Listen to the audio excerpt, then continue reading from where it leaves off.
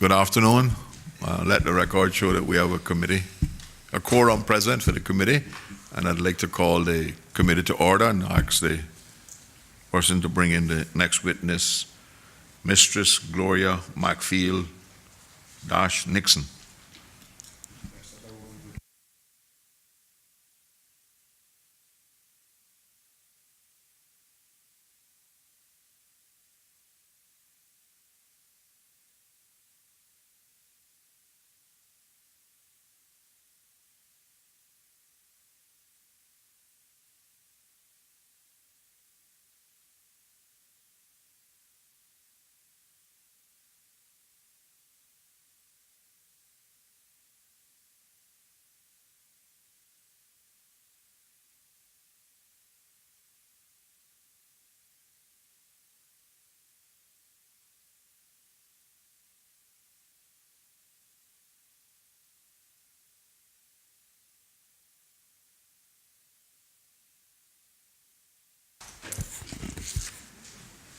Thank you.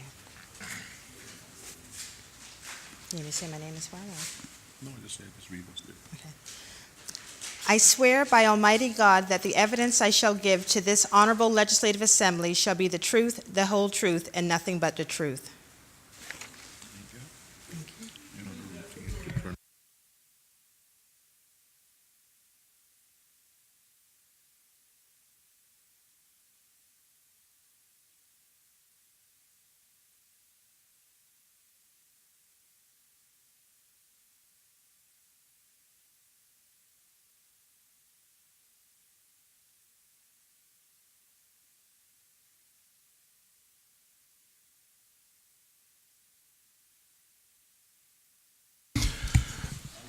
Good afternoon, Miss.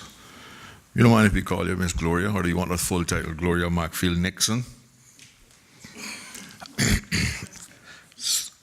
Thanks for coming. We understand that you're busy, but today we're dealing with the government's use of consultants and temporary staff as reported by the Office of the Auditor General. And mainly what we want to talk to you about is the use of temporary staff. We have some questions about the amount, and maybe we could start off by you telling the committee under what authority does the various entities in government hire temporary staff?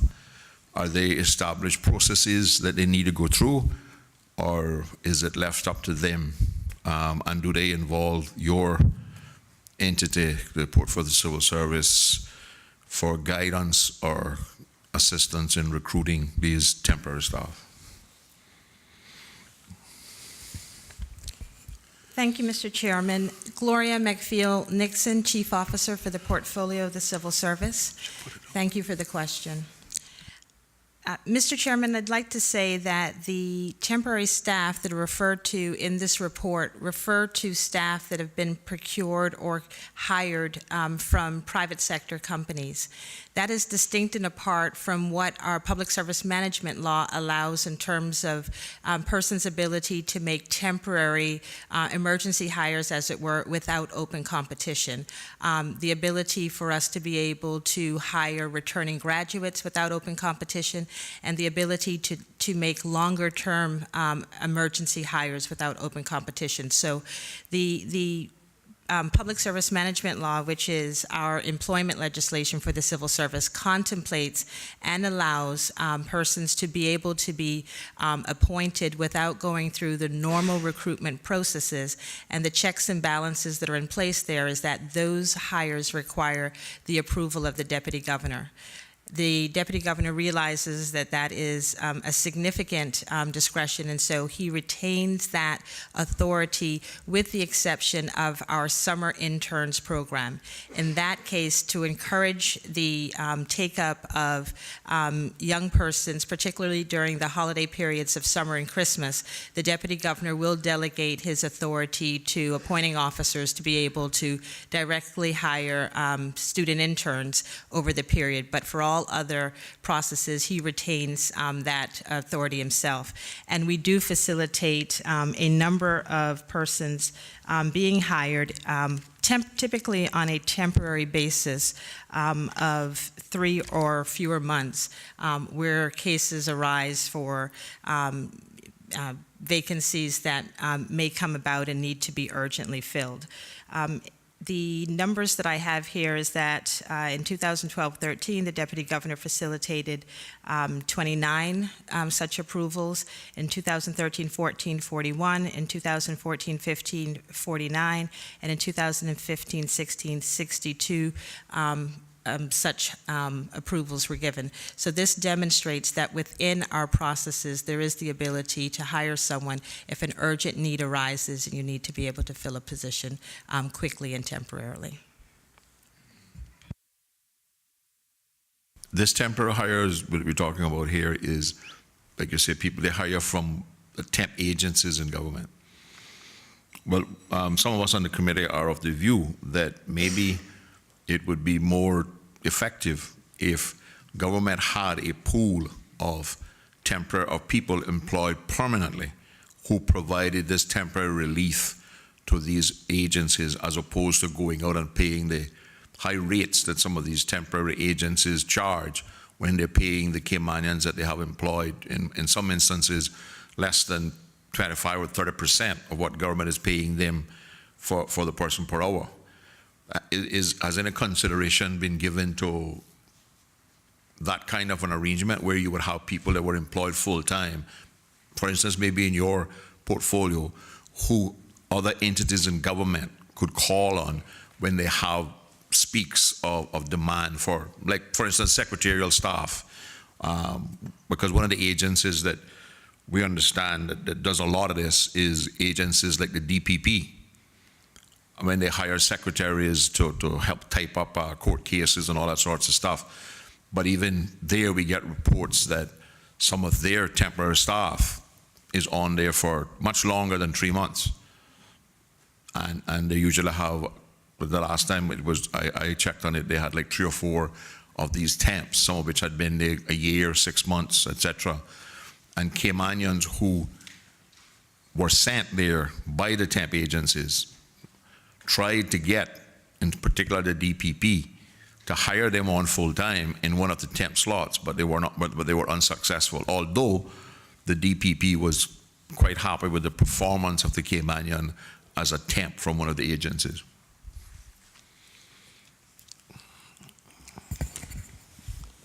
So, Mr. Chairman, there are a number of ways that that type of arrangement could work.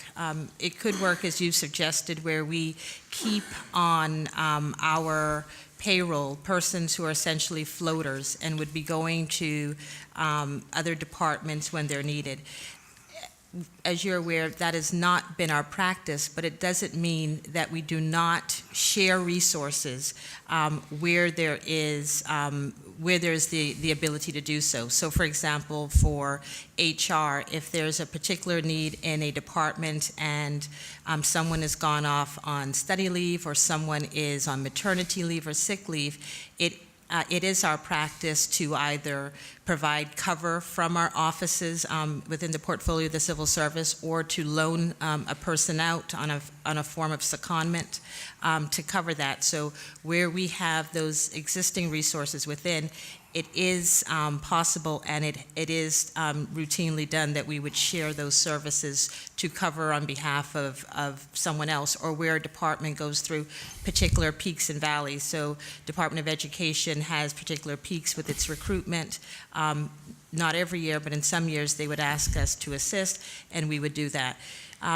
In some of the departments that you've mentioned, for example, the DPP or the portfolio of legal affairs, they will sometimes have need for Crown Counsel, and they will be aware of persons who have done work with them previously who are available for short term, and that's another way that they're able to have appointments without open competition. But in all those circumstances, it requires that you either have internally, you've identified persons who have those skill sets and who can assist, or you know of someone externally that can be quickly appointed. other examples of that might be in planning, where they will sometimes need an inspector, and they will call upon persons, many times who are retired, to come back in and assist them. We think that our retirees are a good pool of persons that we might be able to call upon, and we've had informal discussions with our pensions board and our Civil Service Association about ways that we might be able to use persons who are known to us, who, and more importantly, who are familiar with our government services, because you can appreciate when you bring someone in who's unfamiliar, there's a learning curve, and if it's a short-term hire, that learning curve could last the entire stint of their contract. So we believe that there are certain benefits there, but that is all premised on whether we have those same skill sets available.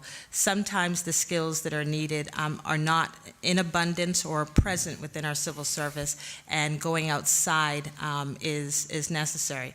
Now, whether departments choose to source those skills from a temp agency, or whether they were to call, for example, upon the NWDA to see who might be available there, becomes a management decision. But there are many avenues for being able to fill a position through emergency appointments, and that can be done through the Public Service Management Law, in which case persons appear to us and are on our payroll, or the route that you've covered in this audit, which is when they are contracted from these recruitment agencies, in which case they're not really visible to us because they are not civil servants during that time frame. Do you think that this is a way that certain agencies could avoid the recruitment freeze by bringing, where they couldn't get post-certified by Portfolio Civil Service or the Deputy Governor, but they could get in temporary staff, they could get the same thing, and it just would be more expensive? So that's a very good point. And what I would say is that the moratorium has been gradually being eased until we pretty much reversed many of the austerity measures that were in place as of April 2017. But even prior to that, the way that the moratorium operated for many years was not a freeze on recruitment. What we did was to vet your request to make sure that you had the funding in place. But if you had already gone through all of the procedures of putting forward a budget and having that approved by Cabinet and this Legislative Assembly, then it was, those were in the main automatically approved. So there wasn't, in going through the moratorium process, it wasn't preventing you from filling positions that you had managed to have approved in your budget process. But there were some times where persons may not have had, departments may not have had positions approved, but they had savings or they had professional fees. And so in those cases, they may have sought to bring in additional people to work through those means. We've tried to be more flexible, and there are a number of examples of people who have now come into government who aren't against an approved position per se, but where we are comfortable that they will stay within their appropriations. So there's been works that's been happening within environmental health as a department that comes to mind, where they got project funding, but that funding wasn't itemized down to this many head count, but it's still within the overall project funds, or in some cases where we are able to bring people in, and the funding for that arrangement is through service level agreements with SAGCs, but they fall under our management structure. That's the example of some of our project managers for major projects office. So we are trying to better understand the business realities that face our departments, and as HR facilitate those so that they are able to, wherever they need to, hire persons, they're doing so in a way that is cost effective and also is giving them access to the expertise that they need. Do you believe that any of these might have been attempts by the agencies who are using this temporary hire to fill vacancies that for established posts, but because they didn't want to abide by the process of competitive hiring, they could actually pick the person that they wanted, send them through a temporary agency, and get them in the office in an established position. Oftentimes, the possibility exists that they would also be reducing employment opportunities for Caymanians.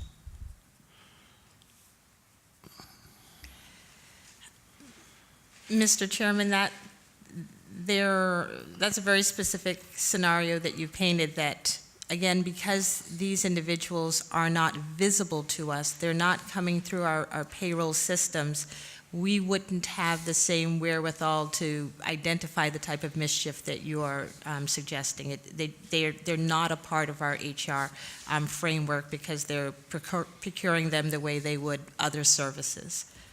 So Okay, I couldn't say. Can I encourage you to look at some of these entities where you know vacancies have occurred and that they may be making that attempt to get the person of their choice by bringing them into a temporary agency as opposed to going through the recruiting services which give Caymanians opportunity to compete.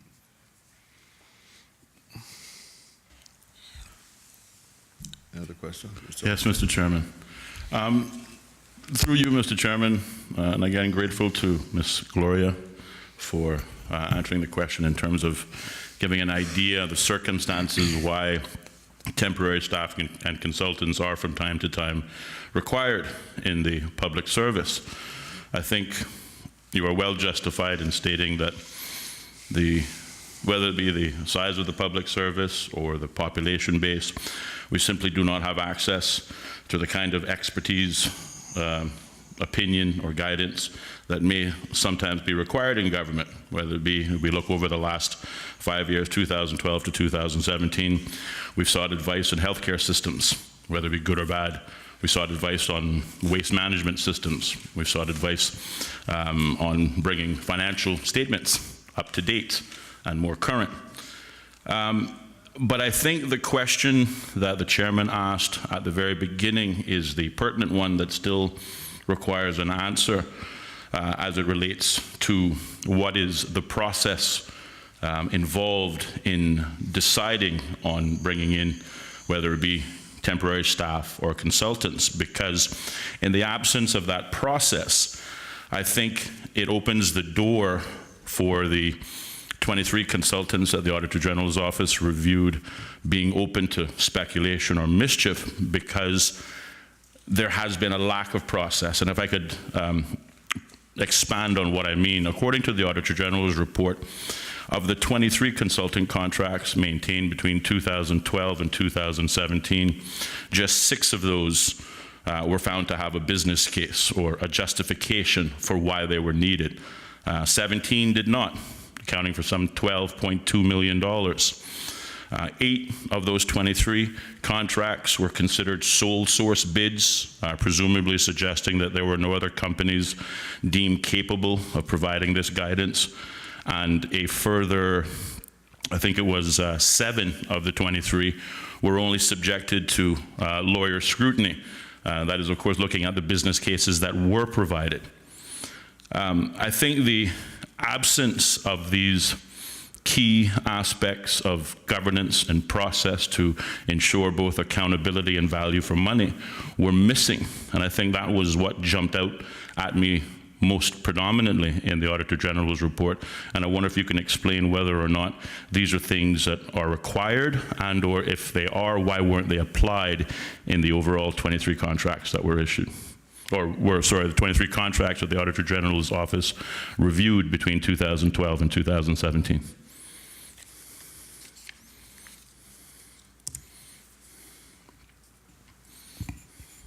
Through you, Mr. Chairman, and I thank the member for that question.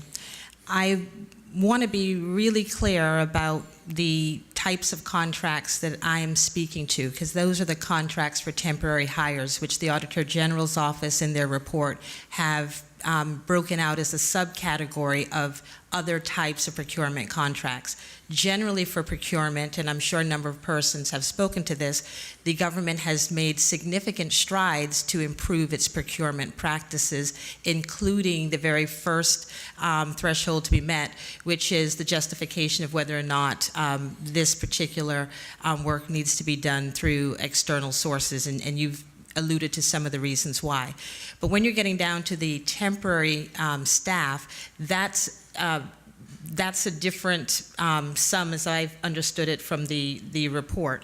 So what I understood that the Auditor General's Office has said about the use of temporary staff is that over the 5-year period, government spent around $3.6 million on hiring temporary staff, mostly from local recruitment services, just citing page 33 of the report. And if I've misunderstood that, I'd welcome that clarification. So in terms of the mischief of the recruitment firms that may be being accessed, or other places of accessing procuring persons through consultancy contracts rather than going through normal hiring practices, we're talking about a much smaller subset. And when you put that within the context of government's total expenditure, what we're seeing is that this truly is the exception and not the general rule. We have had a practice of and out of necessity of compliance. And so whenever we've seen the anomalies arise, our tendency centrally has been that we would adopt a policy and apply that across every agency equally. And in this case, what we're seeing is that most persons avail themselves of normal ways, ways contemplated in our public service management law for filling temporary positions. There's a relatively small, I'd say, very small number that we're talking about here, and fairly concentrated of where agencies have gone outside of our normal recruitment processes to get temporary staff. And they've said that those are primarily focused on 3 recruitment agencies that have been used. So that gives us a way to be able, to the chairman's earlier point about investigating this to see if there are some ways that, some steps that might have been missed, or some scrutiny that may need to be paid to why it is that these agencies are choosing to go that route to fill their temporary positions. But it is a very small percentage of the expenditure that was being reviewed in this report, and I think that is in large part because our law does allow for temporary hires, and it has the highest level of scrutiny being that of the Deputy Governor in terms of the approval that's needed. Yes. And I think also, when we consider the timeline, 2012 to 2017, how quickly we forget the several years of austerity that this government went under when we were in deficit spending. I think there is some room to speculate that perhaps agencies saw this as a means of sidestepping the hiring freeze, but certainly I think the end product is what's important, that we view that obviously the government got back on track, balanced the books, and for lack of a better word, most of the agencies are back on track, and that was justified at the start of this year's Public Accounts Committee hearings with awards going out to various departments. So clearly it worked. What I'm curious about, likewise to the chairman's point, is $3.6 million in temporary staff from 2012 to 2017. Whilst it was a period of austerity, it was also recognized the highest period of local unemployment. We made use of 3 particular recruitment agencies in hiring these temporary staff. So I guess the question that again pops into mind is, what were the services perhaps that government was buying that was not readily available in the local workforce?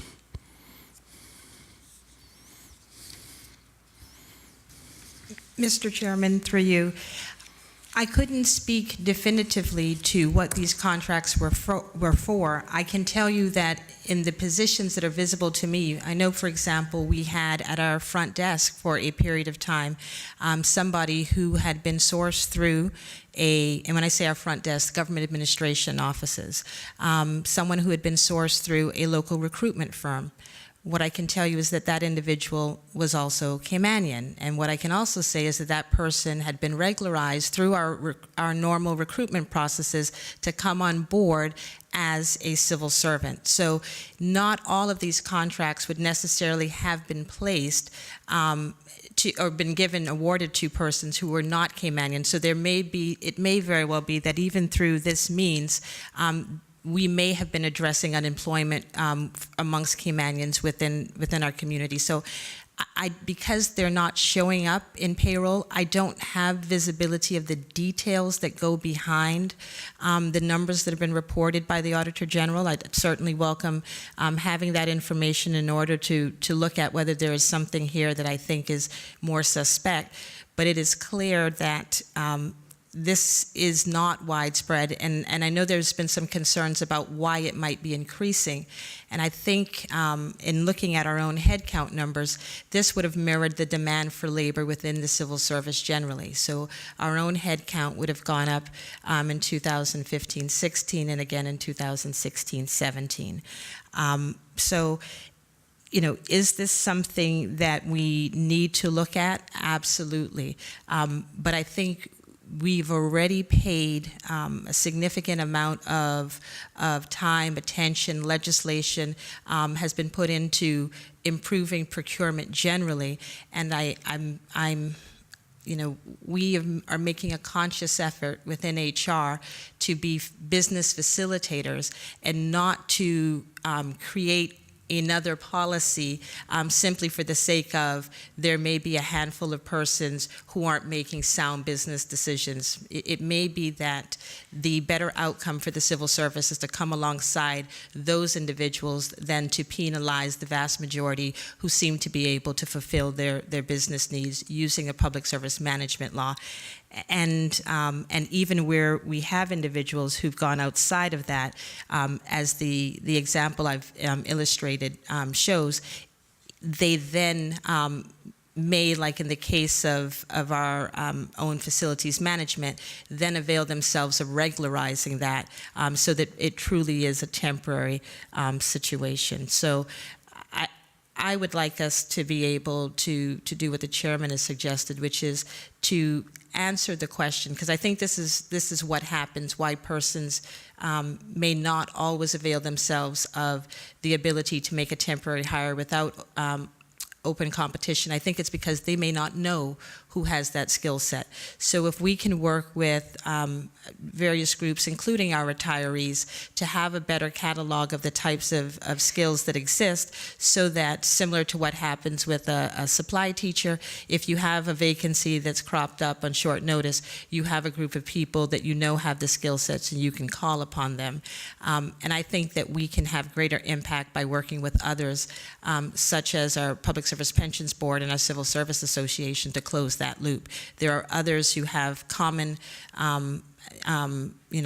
purposes or missions in terms of the things that they do within our community. So we believe that collaboration would help us to fill that gap and allow persons to have access to a list of persons who have various skill sets so that they can come through the normal recruitment processes. That should decrease demand for having to go to a temp agency to provide you with that similar type of database.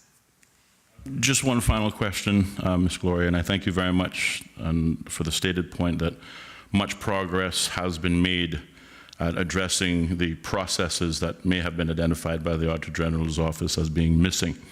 Specific to the $3.6 million that was spent on temporary staff, the Auditor General noted, I think, three things also. That the government does not hold sufficient information on how long temporary staff are engaged. The government lacks the appropriate guidance to ensure that temporary staff are appointed appropriately, and the government has no formal mechanism for managing temporary staff. Are these areas that you agree or disagree with? And if you agree, have these areas been remedied in one of the many improvements that have happened in the last 5 years?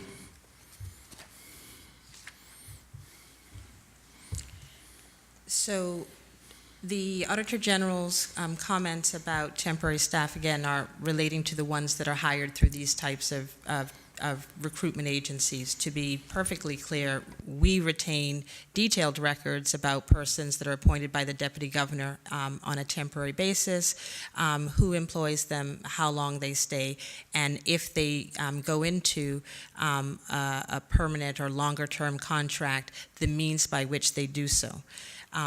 Where a department, through accounts payable, enters into a contract with a firm to bring someone in, they're going to get caught up in the overall regime for procurement. The way that any expenditure is made is going to have full transparency in terms of our reporting. So what I can say is that there are already a number of solutions, because this falls within a category of procurement, and procurement has been improved. As it relates specifically to what HR is doing about that, we will no doubt be gathering again very soon to be talking about workforce planning. And I think it is through that means that we will have and come alongside departments to better contemplate the demand that they have for labor generally, and how they are going to source that, and where we've identified commonality of need, because we're not going to have every skill set that's going to be available within the civil service for sharing, or potentially even amongst those persons who have already retired from us. So we may have to go with, outside of our civil service family to identify those skills, and we then need to see, what are we doing to attract those types of skills to the civil service, so that we have access to it. Now, where this is truly temporary, sometimes the type of mischief that we experienced in the past was staffing up permanently for what were temporary spikes. And so I would be very cautious about telling people that there's only one avenue to the way that you fill a vacancy. When we've had particular capital projects on, and we needed to bring in certain skills, we may have recruited in such a way as to, contemplate that type of intensive capital work was always going to be ongoing, and then government no longer had the same demand for what could, in some cases, be very specialized skills. So we just want to make sure that what we're doing makes business sense. I mean, to your point about, what is the justification for doing it the way that we have? And in the Auditor General's report, it does mention that if that, some of the entities, by going to outside firms, the cost to the entity may actually have been less than if they had to pay an existing staff member overtime. So I think that, again, getting to the nature of the mischief, there is, on the face of it, some justification for how, these services have been procured. But the fact that we don't have more information, to the Auditor General's point, suggests that there's also the opportunity that rules may have been evaded and that value for money may not have been achieved. And I think that's the role of leaders, to be scrutinizing the way that budgets are being accessed. And if this is going to be a longer-term need, and I've heard reference to the fact that some contracts may look and feel like these are tenured staff, then those are the situations we would really expect workforce planning to really address. And persons should be able to be recruited to fill that through normal means. So we're going to want to look very closely at that. But the improvements that have been made in our procurement, of which this is a form, albeit a very small percentage of government's total procurement, those rules will automatically apply to this as well, in terms of the justification that has to be made before you incur that type of expenditure. And working from the other side in terms of the HR response, we want to get better at coming alongside departments to help them to articulate and contemplate what their labor demands are going to be in order to fulfill their strategic plans and their business plans, and helping them to think more long-term about how they're going to fill it, and making sure that our rules, our procedures, and our laws provide sufficient flexibility to do that so people don't feel forced to do ridiculous things. I noticed that you keep referring to the procurement law. Are you confident that the civil service understands that there are aspects of the procurement law that actually apply to HR hiring? Because that's not the impression that we get in talking to them. They think that it's more for services and capital stuff and hard goods, and not necessarily apply at all to personnel. Well, again, I would, and I know that training has been intense and ongoing over the last several weeks, but where they are signing contracts for these persons and they're not employment contracts, then that hopefully provides some distinction to them. They're more than likely accessing this through their professional fees. That should be another indication to them that it's a form of consultancy that they're undertaking. So, you know, the training is ongoing. I think it may have been focused initially on high-level senior staff in terms of persons with financial responsibilities, but it will continue to make sure that the rank and file understand the law and the obligations under the law. And I think that already contemplates significant improvements, and I just want to make sure that we give that an opportunity to work and be assessed before we potentially add more bureaucracy to the process. So training is a big part of this, but there are some reporting requirements that are part and parcel of our procurement law that if they don't know it applies, that they'll know shortly. The other thing we ran into this morning actually is that I was a little bit taken aback that the procurement law was passed in December 2016, and the civil service only seems to be gearing up to do training after the law has become effective on the 1st of May, when I think it's fair to assume that the normal period between when the legislature passes a law and the governor signs the vellum copy until cabinet issues a notice that the law is in effect, that period of time is used specifically to prepare for the implementation of the law. The evidence we're getting now is that nobody has really done a lot in terms of preparation for the procurement law until after the Gazette notice says it became effective the 1st of May this year. Mr. Chairman, what I would say is that the overarching law had been passed, to your point, some time ago, but the regulations were finalized more recently. So persons would have been made aware, even as part of the development of the law. They would have been consulted, and there would have been sessions to explain how the law was intended to work, but those would be broad strokes. The regulations is the day-to-day that really puts out the specific procedural requirements and how you're meant to fulfill the obligations that the law creates. And because that was more recently passed, and my apologies, I do not have those dates with me, it has meant that there has been a second round of training. Every day we have new staff that join the civil service, and we don't expect that on something as significant as procurement, our training will ever stop. It is meant to be ongoing so that persons coming into the civil service continue to be apprised of what their obligations are, and so that they have the knowledge they need to fulfill it.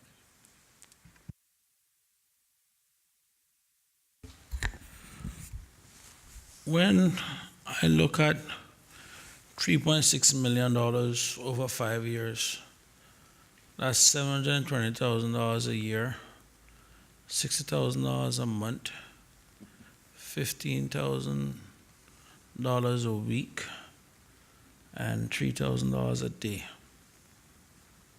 Then I look at it, $720,000 a year, at an average cost of roughly $40,000 per employee, depends. That's about 18 full-time employees. In the grand scheme of government total expenditures, Mr. Chairman, $720,000 out of over between $200 and $300 million a year in staff costs is not even 1%, it's not even 0.5%. But when I look at it in terms of people, it's 18 positions roughly, thereabouts, depends on the average cost, and $3,000 a day. Going back to my colleague from Prospect, the only thing I would just like to understand from, if we're going to spend $3,000 a day, is that it's being spent on Caymanians. Because my issue, I'm going to tell you straight up, I do have a fundamental problem with some of the agencies, those temp agencies, and that is something that I got from my time sitting on the Business Staff and Plan Board. A lot of those agencies, I wouldn't say a lot, but some of them are known to not push Caymanians in the right place. So I just need to make sure from a comfort level standpoint, and ultimately I do recognize that under the Public Service Management Law, that the chief officers for the different areas have a lot of responsibilities for those areas. And it would be kind of unfair of us to ask Mrs. Nixon, the activities in other ministries when those chief officers, just like herself, have pretty much the same amount of, I guess, authority and responsibility to do what they want in their ministry. What I would like is at least a commitment or an endeavor on the government to make sure at the end of the day that, one, the agencies that they are using aren't the ones that immigration know as being abusing the system, and then two, at a minimum, that they're Caymanians. Because we saw from last week when the Portfolio of Legal Affairs came here that we're doing business with people who are basically suing the government. And the last thing we want now is to be going around giving work to temp agencies who are not doing right by Caymanians who are actually looking work too. Because I believe that they are also part of the problem why we have some of the employment issues that we have because of the way in which it is set up. So in all of that, Mr. Chairman, through you to the witnesses, is one, the commitment to ensure that the people who are hired, granted that it is a small amount and it may look insignificant in the grand scheme of things, but $3,000 a day or 18 full-time staff a year, that's a lot for a person right now who's actually listening and maybe looking for a job. At a minimum, that it is at least a Cayman, and at least what I don't expect, I've never been a fan of big policies to create more bureaucracy and one-size-fit-all rule. What I would expect as a policy coming from other parks is that at a minimum, it is Caymanians that are given the first task in terms of we're spending this money on. Thanks. Other questions? Mr. Bush? Thank you very much. Oh, you got one more? I just wanted to use this opportunity to also thank Mrs. Nixon and her team. I know they have been doing a lot of stuff, and I think, again, as we said to the other witnesses, that the group that we have here today are some of the people who are actually doing things right. The group last week were the ones who were, just to put things in context, but we don't want the public to believe, because I know sometimes I've heard people use a term about consultants to this and consultants to that. Some consultants are necessary, some naturally are not, but there's a negative connotation that comes with the term.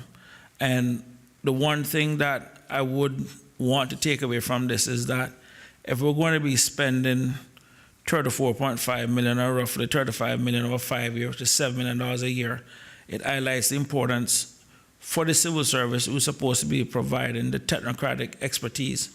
If we're going to invest $7 million a year in external consultants, I believe taking a fraction of that to develop our own people would actually serve the public much better. No, if it's medical, it's a different thing. If it's specialized, and it's something we'd expect some level of specialization, but $7 million a year over the last 5 years for consultant says that we're still lacking some level of expertise within the civil service. And that is on the average I expect to see continuing. So if it means we need to spend more on training and development, so be it. But 7 million, I can tell you, it's very hard for us as legislators to sell that to the public, and we can't sell what we can't buy. So at a minimum, I would prefer to see that number drop to 2-3 million, and 2-3 million go up into training and development of staff within the civil service. That I think would be a much more better approach. Some I do recognize is external, such as the Ministry of Financial Services and also tourism. We can live with that, but at the same time, if we can develop our own people and have those in offices overseas, if this is going to be ongoing, then it is worth us investing in our people to do that kind of job that we'll be going out and buying people for. Because we'll always will be marketing the Cayman Islands. So if we know we're going to be marketing, invest in marketeers. If we know we're going to be selling financial services, invest in those people. But we're not looking to the next 10, 15, 20 years to be using the same consultants to do something that we know we're going to need year in and year out. So with that, I just like to have that takeaway in terms of training and development as opposed to investing. So it's not okay for tourism to come and say that, yeah, we're going to spend this much money because we need this, when we can have the expertise in-house because we know we're going to need it. Thanks. Thank you very much, Ms. Gloria, and keep up the good works, and hopefully you'll be back. The next time you come back, you'll come back to get another certificate of good standing. Thank you very much. Thank you, Mr. Chairman. Thank you to the members of the committee.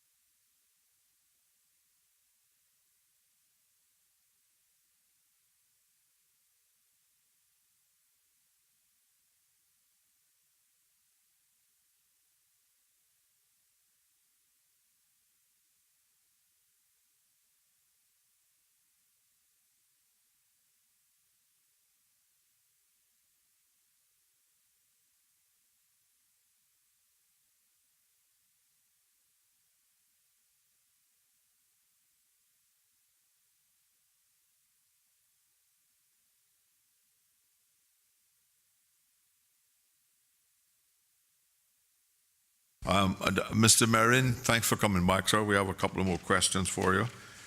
To remind you that you're still under oath, having sworn yesterday, so I don't think it's necessary to re-swear you today, because I don't think being on a double oath can make you any more truthful than you were yesterday. So we have just a couple of questions, and then you'll be free to go. Mr. Chris. Mr. Marin, first of all, I have to apologize for bringing you back down here. One of the issues that was a parliamentary question of mine in the last sitting in Delhi was concerning the telecoms providers. So, yeah, those who had broadcast license and what it is with regards to their obligations to the public in terms of free TV and everything over the air. I understand that from the response that was given that that's an avenue that no one will be looking at because of changes in technology and everything else. But I am mindful of World Cup football coming up. And that's a big thing for many of my constituents, and I'm sure this for same for other members and their constituents. Those of us in the rural areas. That's right. Those of us in the rural areas. Right. Sorry.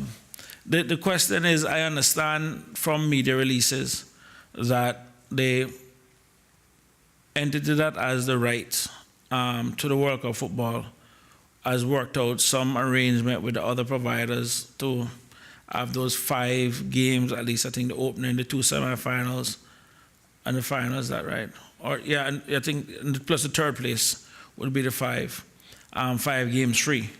The question is, with World Cup looking to start, is it next 2 months? July, I believe, June? I think it's normally, yeah. The question is, where exactly are we in terms of preparing the public for that, in terms of getting World Cup football to members of the public? Mr. Chairman, as it stands today, the rights to the free-to-air rights for the Cayman Islands was awarded to Logic. I have no idea how they're going to provide those. My understanding is they're going to create 2 channels on their cable system.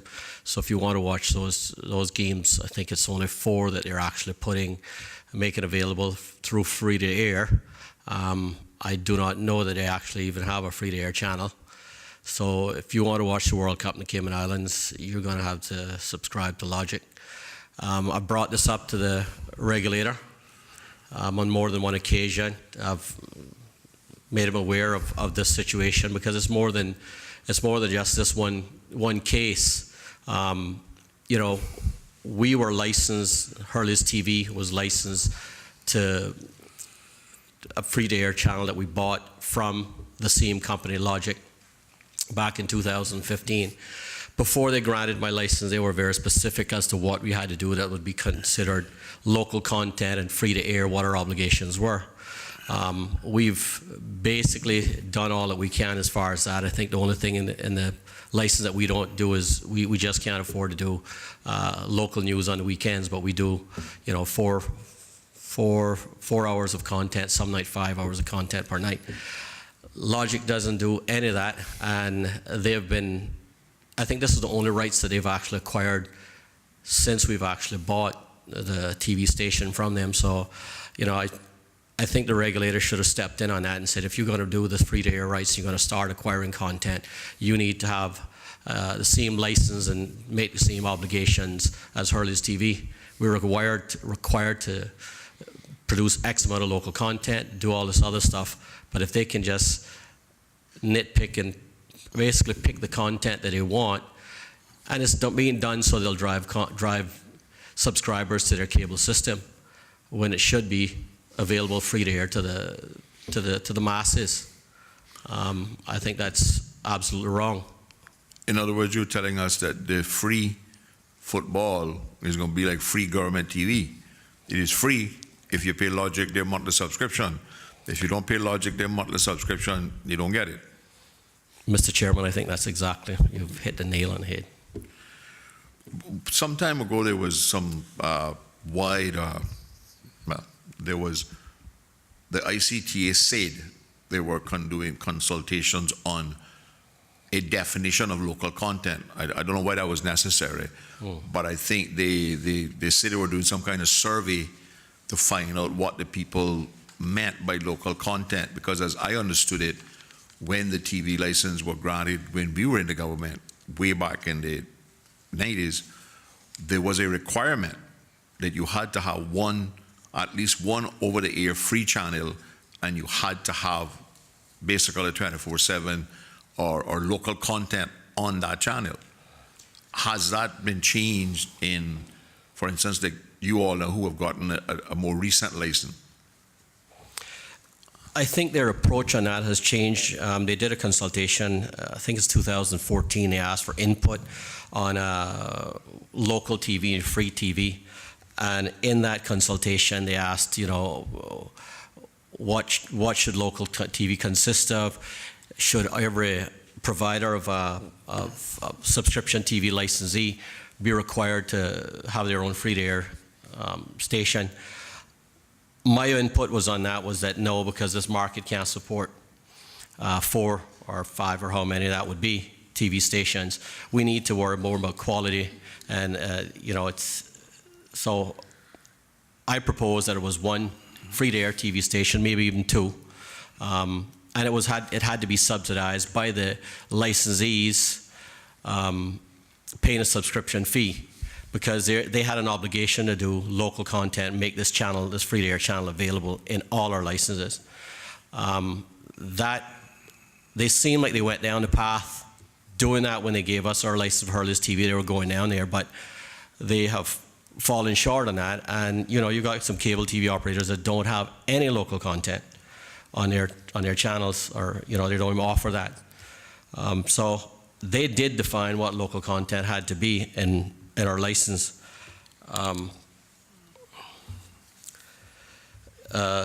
Basically, public content would have to be 60% local news, 25% local arts and culture, 50% local education and stuff like that. So they went out and said, this is what you have to do as far as what's considered local content, and they went as far as to say you had to have 4 hours of public content per day, and at least 2 hours per day of that content must be first time. In other words, made each day, not just made once and put in a loop. So, this is once again, I think I'm going to blame the regulator here. I think they've lost the sighting of what free-to-air should be. It was done so that the people in the rural areas, not everybody here can afford subscription TV.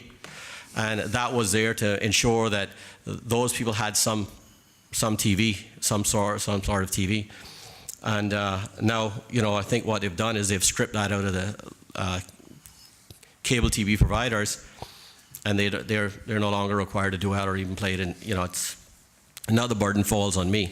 Yeah, but it would So not. I fund it. Yeah, it would not be outside of the norm for the regulator to say to the other providers, just like how they have to pay subscriptions or whatever you call it, or royalties to HBO or Cinemax, to say to Cayman 27, you need to carry local content, and you need to talk to Cayman 27 about what kind of arrangement you can meet with them, so that station has an opportunity to, and C3 would have to do the same as everybody else, but Cayman 27 then would have an opportunity to succeed in producing local content and developing local news and local programs for education and other purposes.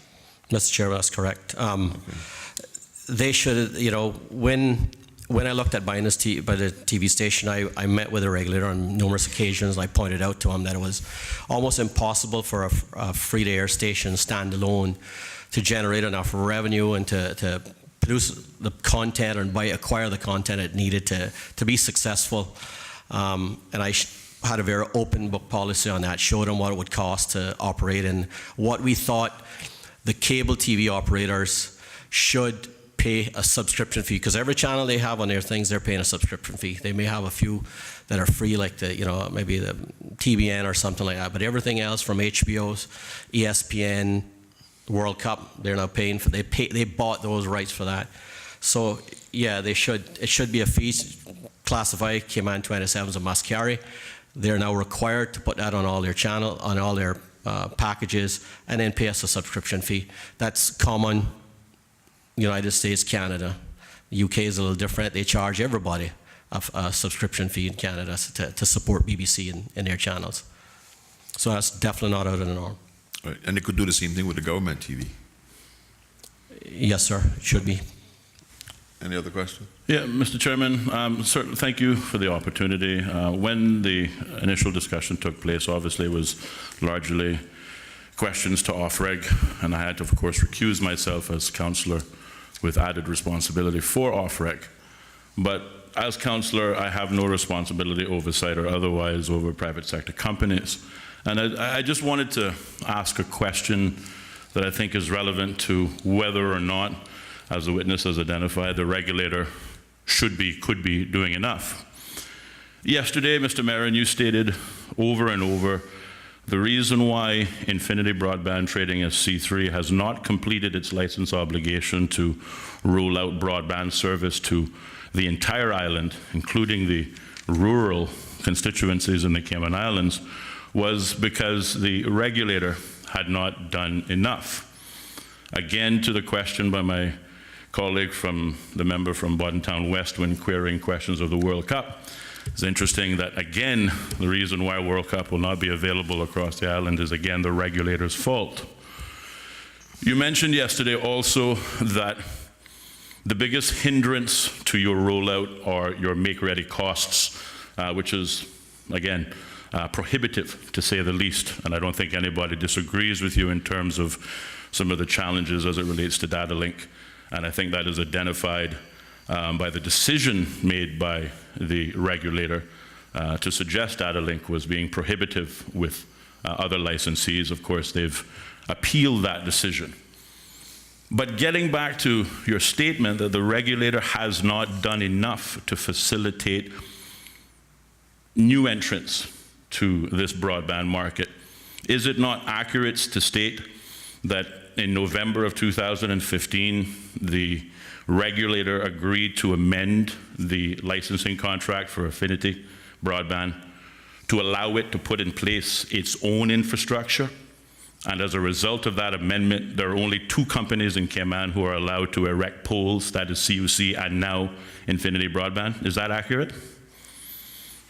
Mr. Chairman, that is accurate, but we have to get permission from either cabinet or as an NRA or someone to put on those poles. We can't just start blasting poles down the road. We've made 2 applications in 2 different areas to put up our own poles, and those have been basically stopped.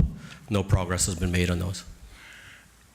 Is it correct to say that with the ability to erect your own infrastructure for your broadband service, that could be accomplished at a fraction of the cost that you would otherwise be forced to deal with through the existing poles and the data link arrangement? If, of course, bearing the approval from the other boards were made possible? Our number, Mr. Chairman, our number suggests that it would be far less correct. All right. Thank you, Mr. Mayor. Any other question? Yeah. In a nutshell, in your professional opinion, the games that are mandated by FIFA to be free, how are we going to get those games free? How can this work? Because the bottom line is, I want my free World Cup games for my people. I want my free football. Well, Mr. Chair, it's simple. They need to make them available on their free-to-air channel. And that free-to-air channel, if it is free-to-air, the other cable operators can carry those channels on their cable system, just as they do with Cayman 27, because we're not a must carry at this moment, but we have no issues with them carrying it. And if it is free to air, you know, all those games should be free to air, and you should be able to watch them on your set top, on your TV without a cable system. Question: can one of the other companies? I'll be careful the word I use here. Pirate is not a good word, but I can't think of a better word now. Pirately take signal down on a satellite and put it on their system in this environment if somebody has the franchise for that, or will it be blacked out on areas that you would have access to? Mr. Chairman, the games are available on Fox of the United States, Telemundo. Both of those channels are on our cable systems, on Flo's, Logic's, C3's cable system, but we've been advised that we've got to block them by the DirecTV, who has the rights, who has now granted their rights onto Logic. So we've been advised we have to block them. I guess in trying to help Chris get his football, what would be the consequences if you didn't block them? Hold on a second. Here's what I need to understand now, is that your subscribers now who have paid for, say, 30 channels or whatever, you're going to tell me now that you'll be blocking 2 of your channels that your subscribers have paid for? Mr. Chairman, yes, sir. When those games are on, we're supposed to block them out. The same thing happened with the Commonwealth Games, right? There were certain channels and certain other providers that had to be blocked, if I recall correctly. That may have been the case, sir. Yeah. So the customer's going to get a refund? I mean, they're basically being, okay, granted, no fault of yours, but I mean, if I pay for Fox and I like to watch Fox and Friends or whatever, you know, for all the Trump fans out there, you know, who love their Fox, and I expect to be watching Fox 24 hours in my house per day, you're going to tell me that for a couple hours out of the day during that time, it may be shut down?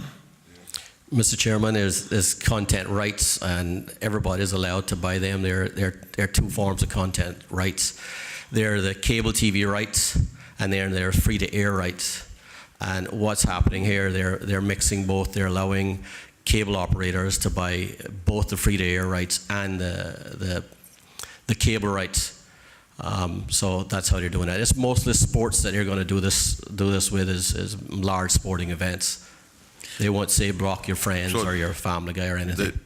What you're saying, correct me if I'm wrong, is that our local regulators have in fact allowed a cable provider who has no free TV to buy both the cable rights and the free TV rights for the Cayman Islands.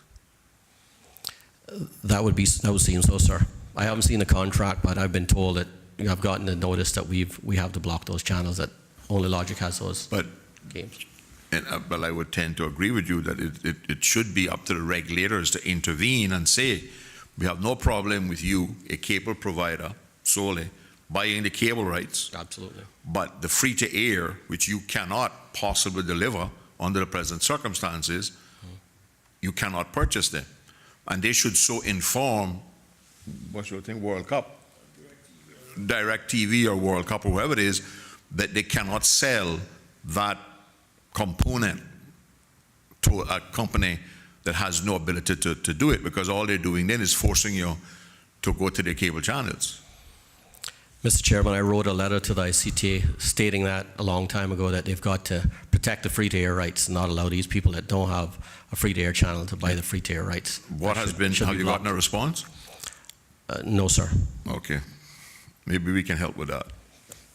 Mr. Chairman, I'm going to tell you, my issue with all of this is that we learned yesterday that the telecoms provider who's supposed to be rolling out a network ain't going to roll out a network because it's not feasible.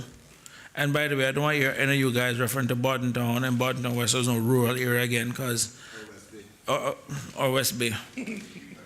Yeah. The thing about it is, people have license, we have granted license, and they have X amount of responsibilities that goes with those licenses. If we are granting too many licenses that it doesn't make it economical or feasible for someone to do everything, then that's a problem. If we have granted license and people have made promises that they're going to do something and they haven't done it, then that's a problem, because there has to be some penalty. Because at the end of the day, this is really all about the public. Now today, we're having the same situation now where local content is supposed to be provided, and all of these licensees who have these licenses, they're not doing it. You know what I mean? So the question is, why do we keep granting license to people who has an obligation to provide the public with a certain service, only for them to give the excuse back it is no longer economically feasible, or in this case is no longer technologically feasible? The question is then, what is the public supposed to get out of this, other than people coming here, getting licenses and and overcharging us and not producing what they're supposed to be producing? Now, my question in all of this that's coming to the witness, I take something like the news. In the United States, there have been, I came across several articles in terms of local news, where a lot of states and a lot of counties are losing local news to national news for the simple fact it is no longer economically feasible. We've seen it with newspapers and everything else. And the question is, if we continue to allow all of this airtime that doesn't promote our culture, because we're still a young, developing country in many respects, that not even something as simple as the news, because that in itself is no longer an area that you makes money, it actually loses money. So in other words, you're providing a public service. I mean, if they can't even take the basic time out to even provide the news, I mean, at what point do we step in and say, you know what, enough is enough, or start penalizing these guys? I mean, at the end of the day, I don't expect, I know, Randy, that they're your competitors, but something as basic as news at a certain time, carry the rights or something like they do in the States, but to have them not provide their obligation to the public it cannot continue. You have an obligation to the public, and somebody needs to enforce these obligations. But don't come back down here and tell us that it is no longer economically feasible or technologically feasible. The public still demands to get something for what it is that they're giving up. Mr. Chairman, I would take that a step further. I'm pretty sure that on any given day, our newscast is probably one of the most heavily watched programs on any of the cable systems, from 6 to 7 and other shows. As far as going and doing the build out, I don't think ourselves or Logic has made any statement that it's economically it's not feasible to build those other parts of the island, especially the eastern districts. I think it's just the speed at which make ready is being done at 160 poles. They've said that they can ramp that up faster. Let's say they double that. You're still talking a long time before you guys, that district gets the poles. It gets the TV service or broadband service out there. So I think government or the powers that be has got to get data link to the table and figure out a system that's you know, they've granted 4 licenses, you know, it's ourselves, Digicel, Logic, and DataLink have been granted permission, granted license to build all these. So they've probably put too many subscribers out there to service this, and it's going to be a battle to the death. Hopefully, the Caymanian people will support a Caymanian company. I'll take that little free plug. but you know, it's there's other things that needs to be done too. I mean, you guys may leave this house here before all you leave this house. Cayman 27 may not be producing news because it's a significant burden on that company to produce news every day. You, Mr. Chairman, you're there. Mr. Sanders, you're there. Austin, you've been in there. Mr. Burns, you've been in there. You've seen what it takes to produce local news every day. You know, you see we got 9 reporters in there. We got a slew of other people sitting down behind producing that news every day. It's a lot of human capital to produce that every day. And we're required to do that at least 1 hour a day.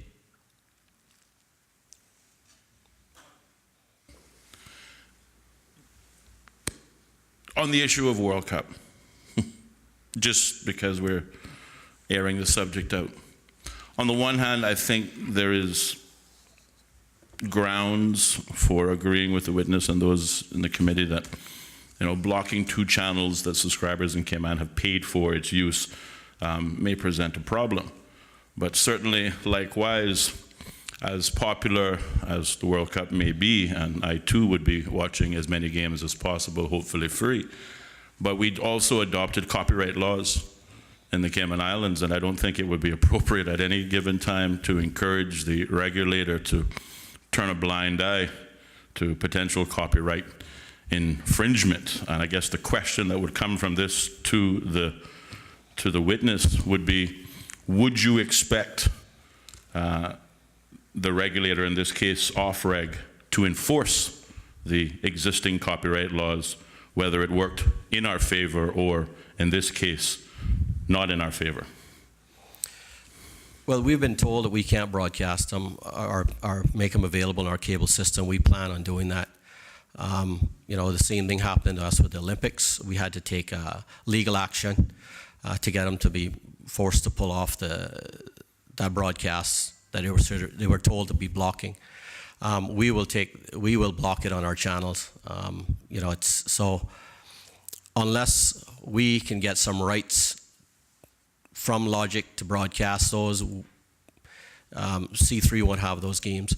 Cayman 27, I think it's a simple way to solve this thing, and the regulator should say, if you don't have a free-to-air channel, you should not purchase the rights to the World Cup. To anything, you shouldn't purchase those rights, the free-to-air rights. And if you're going to purchase those free-to-air rights, make a free-to-air channel, pay the $7,000 or whatever the ICT is. Here's a license just like Hurley's TV, and start doing it. And I think you'll see them sit down here and they'll pull back and stop acquiring these rights. We're not asking them to break the law. You know, I respect the copyright law. It was needed. It's a good thing to have it here. You know, these people, even the artists, they make, you know, they spend, that's how they make their money. That's how the content that we get, you know, in this island, the movies and different things. If we were all pirating or stealing their content, the content, you know, you wouldn't get the quality of movies that are happening now in the world. So I do support the copyright right bill, and you know, we will do our job. But I just think it's free to air. It needs to be free to air. It shouldn't be free to air, but you got through the cable TV. I have another question, Phil. If I have my own satellite dish, and I have DirecTV or not, nobody can stop me from watching it. DirecTV, the subscription you probably has is illegal in the Cayman Islands. But everybody has it. Yes, but there's nobody enforcing that to, you know, Direct Dish Network, HBO has been here to try to push that. The laws are in here, but nobody has taken a step to actually go after these people. There's people like Roque and stuff here, you know, they don't have licenses to do that. But that's another one yeah. you'll probably be able to get it on by paying them a subscription, which the regulators have no control over, right? Well, that's a whole nother issue as far as I'm concerned. Is they're allowed to operate. They don't have a subscription TV license. They're not an ISP. They're providing, you know, content that isn't licensed over our networks using whether C3 Logic, Digicel, or Flow. So that's a whole other issue in itself. To me, that's blatant infringement of copyrights. That's blatant that the lady is providing services to customers here that is not licensed, and she's not paying. You know, we pay 6% royalty fees to the government. So to me, that's revenue leakage for the government right then and there. This goes back to the same issue. I mean, you take WhatsApp calling, for example. You pay for a data plan. You can call anyone you want. Now, that's a set fee that you would pay, that the telephone companies would pay for, but technically, a lot of telephone companies are losing money from WhatsApp calls. People are also the same with Messenger. The internet itself has changed the game. I mean, we have seen it now with Amazon in terms of sales and everything else. If someone has a website in South Korea that is basically showing content that is, or content that is copyrighted in the States, and you're going to that South Korea website and seeing the content that they have there, I mean, this in itself is the world that we're living in today. You know what I mean? So the bottom line about it, I don't think it's a situation where something is wrong in technology. I think something is wrong or inadequate with the laws that we have to govern the technology. I mean, Amazon and Google and all of those guys are getting away with it. So at the end of the day, if there's some company out there that is doing something and taking advantage of the technological and the fact that we don't have the proper laws in place to catch it, then that's a different thing altogether. You know, that's where we need to step up. Now, in this case, same as with the regulators to some extent, where you're allowing a company to buy free-to-air rights, but the company doesn't offer free-to-air service. I mean, so in a sense, and this is part of the culture that we have created in Cayman. So the question in all of this is then, what do you think are the changes that we need to make? Because clearly the technology is way ahead of where the law is now. And I can tell anybody this much, I have Dish, and I'll be watching my World Cup football, and nobody can tell me otherwise, and I pay my legal subscription. I do remember the times when I had DirecTV, and I could go onto a website, get some codes, plug it in, do all of that kind of stuff, and till one day they find a way to shut that down. So the question in all of this is, what changes do you think we need to make in terms of the laws? Because you use the word revenue leakage. I mean, how can you actually stop that? In this day and age, you're talking about regulating the internet. Well, but that isn't an internet. That's a closed-looped internet system. That's somebody that's actually aggregating that content in Canada or wherever else that is, and providing you a box that you then get that content. Whereas if you're watching that video on the internet, you know, that's a broadcast. That's an open air. That's on the public, and any one of us can actually get that. You have to actually get a box to get those signals. So that's not a closed system. That's different. You know, they got geotagging now. You got geo blocking and different things like that. You can buy the broadcast rights for internet broadcast rights and stuff for ICOM. But one of the things is you've got to block that to just Cayman IP addresses.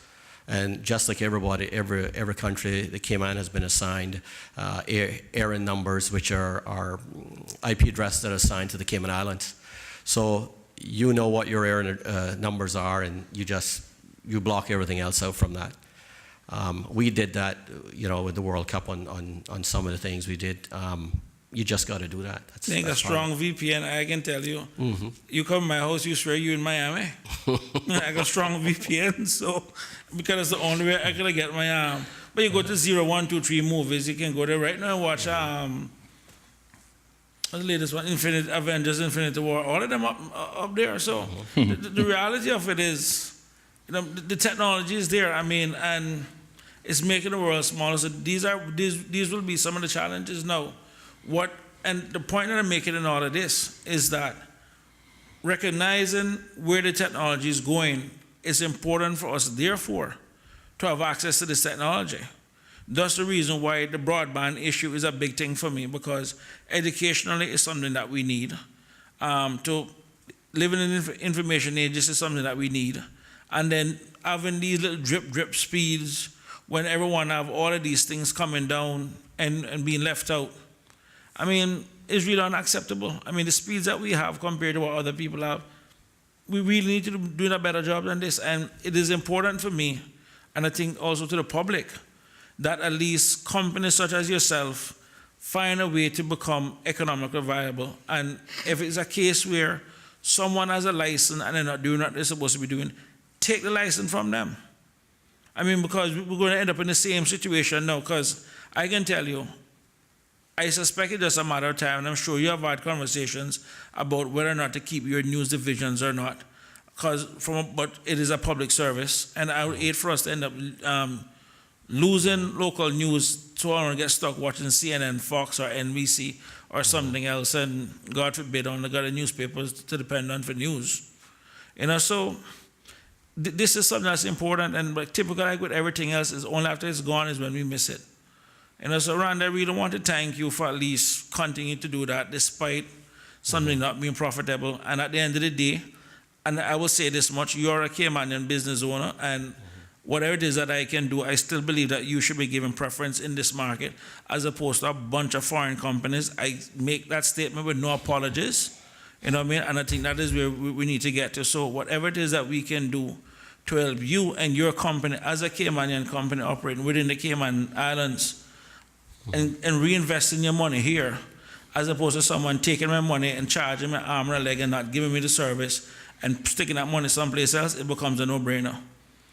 So I just want to thank you for what it is that you're doing. But this ain't over.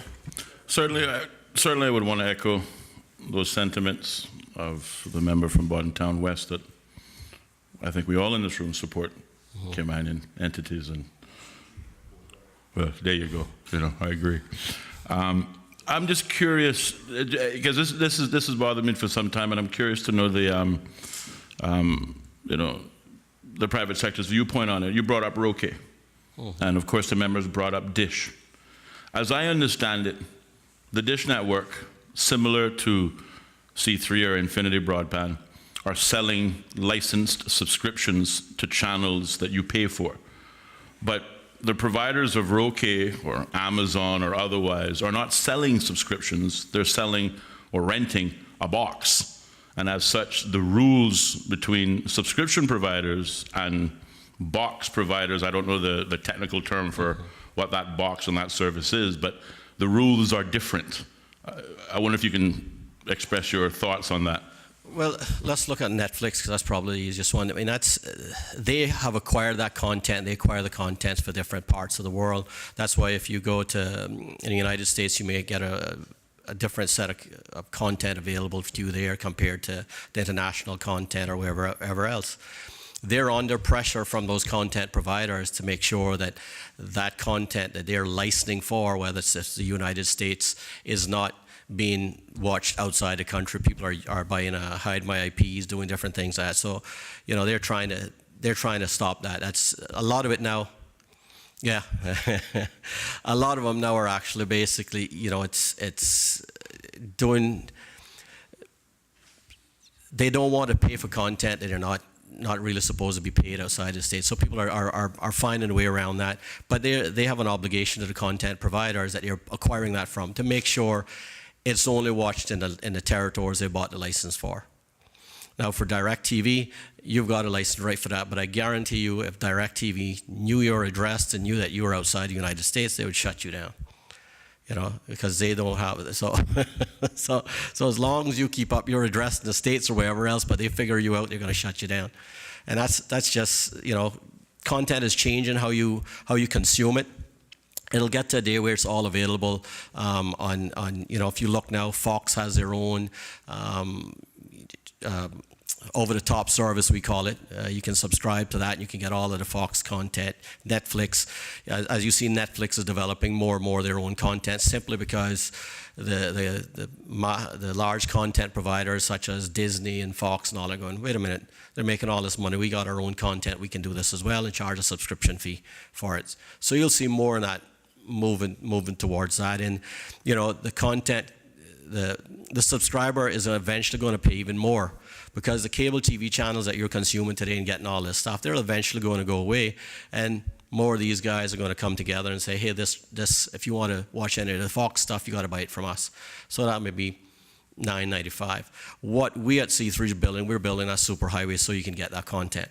Okay, we're just going to build a highway, you know what? So eventually, our TV product, as far as subscription TV may go away, it may morph into something else, but you still need to get that content one way. And you know, it's whether it's wireless or on the highway of fiber, you're gonna consume that somewhere else, and you're gonna find that you got 90 different bills coming from Netflix and everybody else, and you're buying this stuff. So that's where it's going.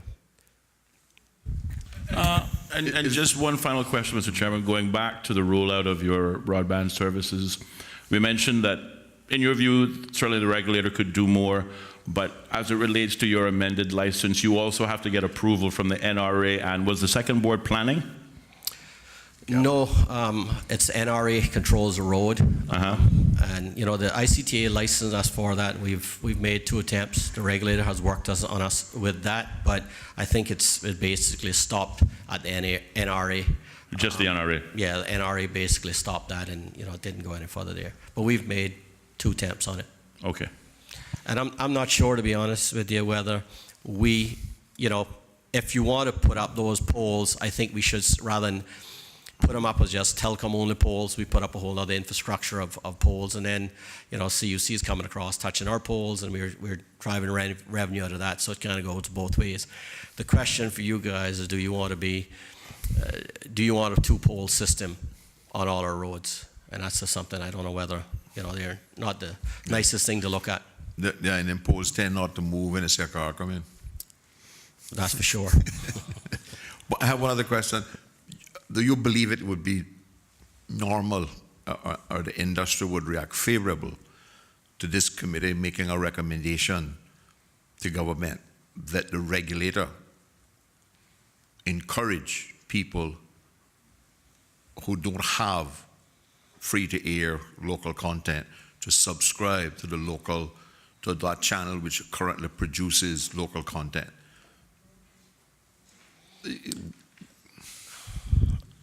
Mr. Chairman, I don't think I understand where you're going. Well, let me put it here simple. I don't want to use a name, but do you think it would be outside of the industry norms if we made a recommendation to government to encourage the regulator to tell all of the cable providers that they have to carry Cayman 27 and subscribe for it? That would be the norm. I think that's done all over the place. It should be. All right. Okay, well, thank you very much. And we've also suggested to them that, you know, they've got to set a fee for that subscription fee. And we've always said to them, meet with us and you set the fee, let the regulator set the fee, and whatever they set the fee at. If it's a penny, it's a penny. Has there been any consultation within the industry concerning the issue of net neutrality, of ending been published by the ICT and a consultation out there? I don't think they've said anything out on that just yet, on net neutrality. Okay. Yeah, and just in, well, closing for me. I think it's the UK, one of those countries where they actually have free boxes that they put in some of the homes to get the free TV or the free channels that are required in terms of keeping with the technological developments as opposed to running stuff over the air. I mean, what would it stop then? I mean, because for the regulator to say, well, you know what, guys, this is the box at a minimum everyone needs to have, and at a minimum either A, everyone pays to maintain this, or B, someone carries it. I mean, because at the end of the day, if I was your competitor, I'd be like, why are you going to force me to give random money when I'm competing against him? But at the end of the day, you guys in the industry need to get together and give the public what they're supposed to get one way or the other. And if you guys can't do that on your own, then I think the regulator needs to step in and make a decision that said this is what needs to be done. So I will support the chairman in the sense of not saying to force anyone, because at the end of the day, competition is still competition and they're competitors, but at the end of the day, they have this obligation, meet this obligation, or face a penalty. And if the solution is carrying Cayman 27, then so be it. But they have an obligation that they need to be carrying out. Well, Mr. Chairman, I think that's why you have a regulator. If we could all work everything out, we wouldn't need any regulatory body in the first place. So you have to have someone that sets the laws.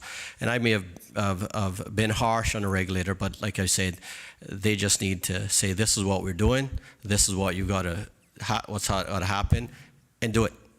I think it's too much time spent with consultation, too many, it's just, we feel as the regulator, this is what should happen in this market, and to a certain extent, have your input. But I think it just drags out too long, and you get lost in the noise. Just say this is what's going to happen. You got a requirement. This is what.